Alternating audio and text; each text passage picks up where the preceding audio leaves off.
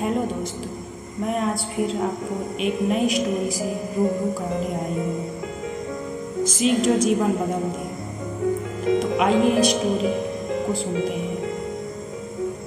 एक राजा था जिसका नाम रामधन था। उनके जीवन में सभी सुख थे।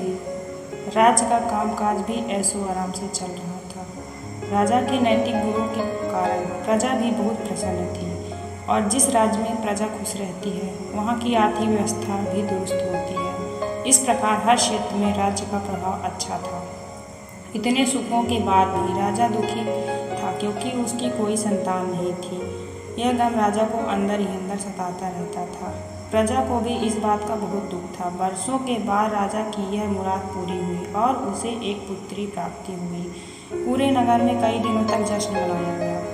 नागरिकों को राजमहल में दावत दी गई। राजा की इस खुशी में प्रजा भी झूम रही थी। समय बीतता जा रहा था। राजकुमार का नाम नंदन सिंह रखा गया। पूजा पाठ एवं इंतजार के बाद राजा को संतान प्राप्त हुई थी, इसलिए उसे बड़े लाड प्यार से रखा जाता था। लेकिन अत किसी बात की अच्छी नहीं होती। अधिक लाड से नंदन सिंह को बहुत बिगाड़ दिया था। बचपन में तो नंदन भी सभी बातें दिल की लुभावी थी, पर बड़े होते ही यही बातें बदतमीजी लगने लगी। नंदन बहुत ज़्यादा जिद्दी हो गया था। उसके मन में अहंकार आ गया था। वो चाहता था कि प्रजा सदैव उसकी जय जयकार करे और उसकी प्रशंसा करे। उसकी बात ना सुनने पर वो कोहलान मचा देता था। बेचारे सैनिकों को तो वो पैर की जूती समझता था। आए दिन उनका प्रकोप प्रजा पर उतरने लगा था। वो खुद को भगवान के समान पूजना देखना चाहता था। आयु तो बहुत कम थी, लेकिन अहम कई गुना बढ़ चुका था।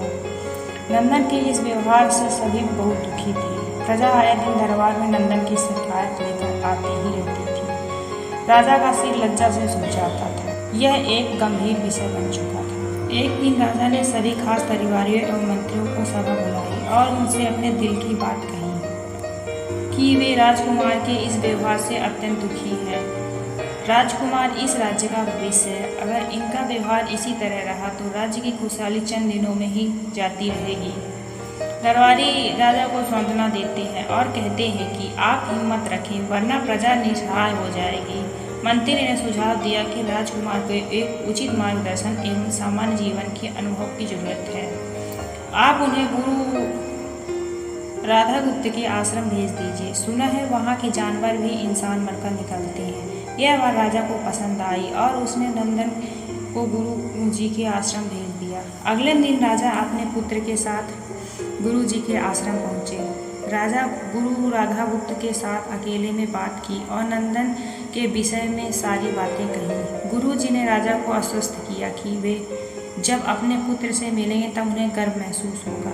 गुरु जी के ऐसे शब्द सुनकर राजा को शांति महसूस हुई और वो सहर्ष अपने पुत्र को आश्रम में छोड़कर राजमहल लौट गए। अगले दिन सुबह गुरु के खास चेले द्वारा नंदन को भिक्षा मांगने का कहा गया, जिसे सुनकर नंदन ने साफ इनकार कर दिया। चेले ने उसे कह दिया कि अगर पेट भरना है तो भिक्षा मांगनी होगी और भिक्षा का समय शाम तक ही है, अन्यथा भूखा रहना पड़ेगा। नंदन ने अपनी अकड़ में चेले की बात नहीं मानी और शाम होते ही उसे भूख लगने लगी, लेकिन उसे खाने की नहीं मिला। दूसरे दिन उसने भिक्षा मांगना शुरू किया। शुरुआत में उसके बोलने के कारण कोई भिक्षा नहीं देता था, लेकिन गुरुकुल में सभी के साथ बैठे उसे आधा पेट भोजन मिल जाता था।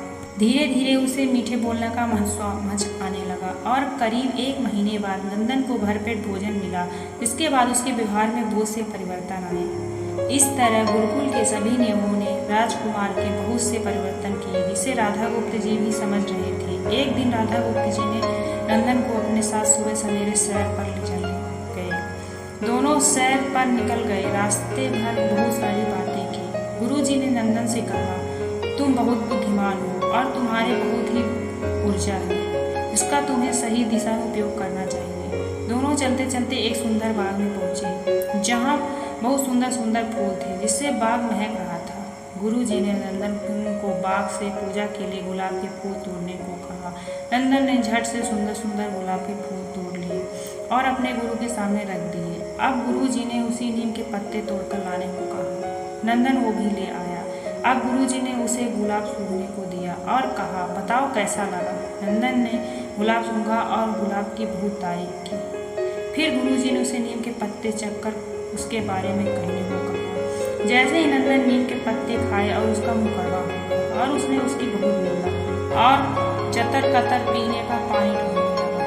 नंदन की यह दशा देखकर गुरुजी मुस्कुरा रहे थे। पानी पीने के बाद नंदन को राहत मिली और फिर उसने गुरुजी से हंसने का कारण पूछा। तब गुरुजी ने उसे कहा कि जब तुमने गुलाब का फूल सूंघा तो तुम्हें उसकी खुशबू बहुत अच्छी लगी और तुमने उसकी तारीफ की, लेकिन जब तुमने नीम की पत्ती खाई तो तुम्हें वो कड़वी लगी। तुमने उसे थूक दिया और निंदा भी की। गुरुजी ने नंदन को समझाया कि जिस प्रकार तुम्हें जो अच्छा लगता है तुम उसकी तारीफ करते हो, उसी प्रकार प्रजा भी जिसमें गुण होता है उसी की प्रशंसा करती है। अगर तुम उसके साथ दुर्व्यवहार करोगे, उसकी प्रशंसा की उम्मीद करोगे तो यह कभी नहीं हो पाएगा। इस प्रकार जहाँ गुण होते हैं वहाँ प्रशंसा होती है। नंदन को सभी बातें विस्तार से समझ आ गई और वो अपने महल लौट आया। नंदन में बहुत परिवर्तन आया और वह बदल गया और बाद में वह एक सफल राजा बन गया। दोस्तों, कहानी की शिक्षा। गुरु की सीख ने नंदन का जीवन ही बदल दिया। वो एक क्रूर राजा से एक न्यायप्रिय दयालु राजा बन गया। इस कहानी से हमें यह शिक्षा मिलती है कि हम में गुण होंगे तो लोग हमें हमेशा पसंद करेंगे, लेकिन अगर हम अगुणी हैं तो हमें प्रसन्नता कभी नहीं मिलेगी। धन्यवाद। दोस्तों, अगर हमारी कहानी आपको पसंद आई तो हमारे चैनल को सब्सक्राइब करें, लाइक करें एंड शेयर करें। धन्यवाद। Thank you so much.